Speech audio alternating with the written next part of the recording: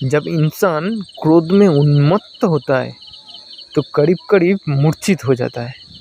क्रोध की गहन अवस्था में हम इंसान के शरीर में कुछ ग्रंथियां होता है, उससे जहर निकल के हमारे खून में मिल जाता है।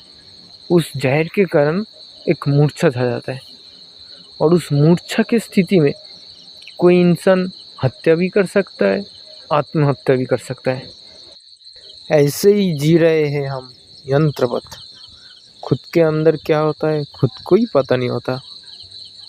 पहले शरीर के प्रति सजग होने के लिए बोलते हैं। वे बोलते हैं कि चलेंगे तो जानते हुए होशपूर्वक, बैठेंगे तो भी जानते हुए होशपूर्वक, सोएंगे तो भी जानते हुए होशपूर्वक, खाएंगे तो भी जानते हुए होशपूर्वक। मतलब हर एक काम होशपूर्वक जानते हुए करना है।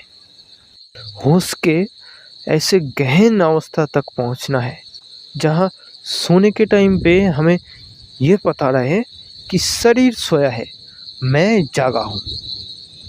वे बोलते हैं जिस दिन ये घटना घट जाती है उस दिन एक पड़ाव पूरा हुआ, एक तिहाई यात्रा पूरी हो गई है। ऐसे ही जब शरीर के स्थूल प्रक्रिया में जागृति जम जाती है तब होश के ऐसे गहन अवस्था में पहुंचने से शरीर में एक कोमलता, एक सौंदर्यता, एक संगीत, एक लयबद्धता, एक छंद छा जाता है, एक प्रसाद उतर आता है। शरीर के उठने बैठने में एक अद्भुत लालित्य आ जाता है। सारे भाव भंगिमा में एक भगवत्ता छा जाता है, एक उत्फुल्लता, एक मौन, एक गहन शांति आ जाता है।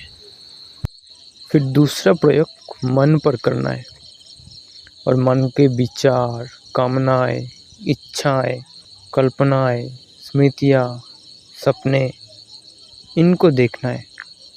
और इनको देखना तभी संभव है जब शरीर के स्थूल प्रक्रिया में जागृति जम गई हो, तभी सूक्ष्म पर उतरा जा सकता है।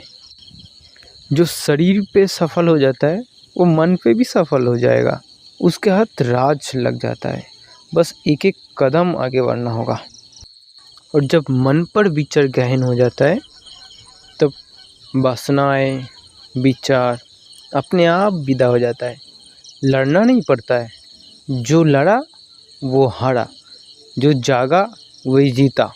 ये सूत्र बहुत अच्छा से याद रखना कि जो लड़ा वह हारा, जो जागा वही जीता। जब तक लड़ते रहेंगे तब तक हारते ही रहेंगे और पराजय हमारे गलत प्रक्रिया का परिणाम है। और मन पर जागने से ही मन विदा हो जाता है। जिस मात्रा से हम जागते हैं उस मात्रा से ही मन विदा हो जाता है। हम अगर 10% जागे तो मन 90% रहता है।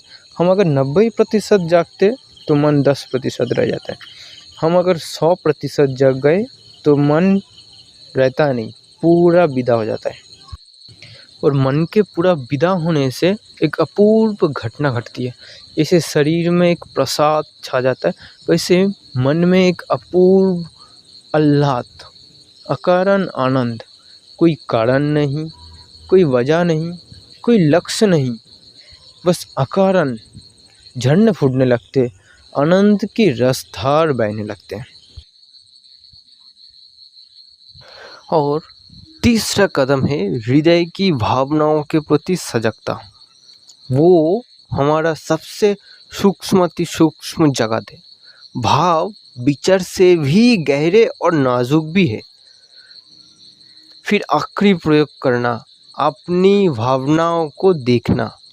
विचार पर जो जीत गया वो भावनाओं पर भी जीत जाएगा। रास तो वही है, कला तो वही है, सिर्फ अब गहराई बढ़ाए जाना। भावनाओं का जगत सर्वाधिक गहरा है। जिस मात्रा में हम भावनाओं के प्रति जागेंगे उस मात्रा में भावना भी विदा हो जाएंगे। और जब सारी भावनाओं विदा हो जाती है तो उस अपूर्व घटना घटती है। जिसको हमारे ऋषियों ने रसोवैसा कहा है। रस आखिरी परिभाषा है परमात्मा की। रस अद्भुत शब्द है, दुनिया की किसी भी भाषा में वैसा शब्द नहीं है। परमात्मा रस रूप है और ये 3 कदम ही हमें उठाना है। इन 3 कदम के बाद चौथा प्रसाद है, लेकिन वो हमारे कदम नहीं है। चौथा कदम परमात्मा उठाते हैं। चौथे को तो परम ज्ञानियों ने कहा है तुरीय, समाधि की अवस्था। 3 कदम पूरे करने से ही हम चौथे, जो कि प्रसाद है, वो पाने की अधिकारी हो जाते हैं, पात्र हो जाते हैं।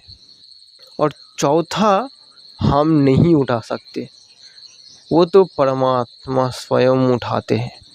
ये पूरा अस्तित्व हमारे सहयोग के लिए खड़ा हो जाता है। और जब चौथा कदम भी उठ जाता है और समाधि भी सघन हो जाता है, समाधि के मेघ घिर जाते हैं, तब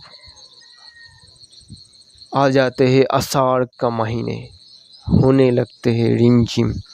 तब जीवन में होता है जीत, उसको जिन अवस्था कहते हैं, विजेता की अवस्था। उसके पहले तो पूरा जिंदगी हार ही हार।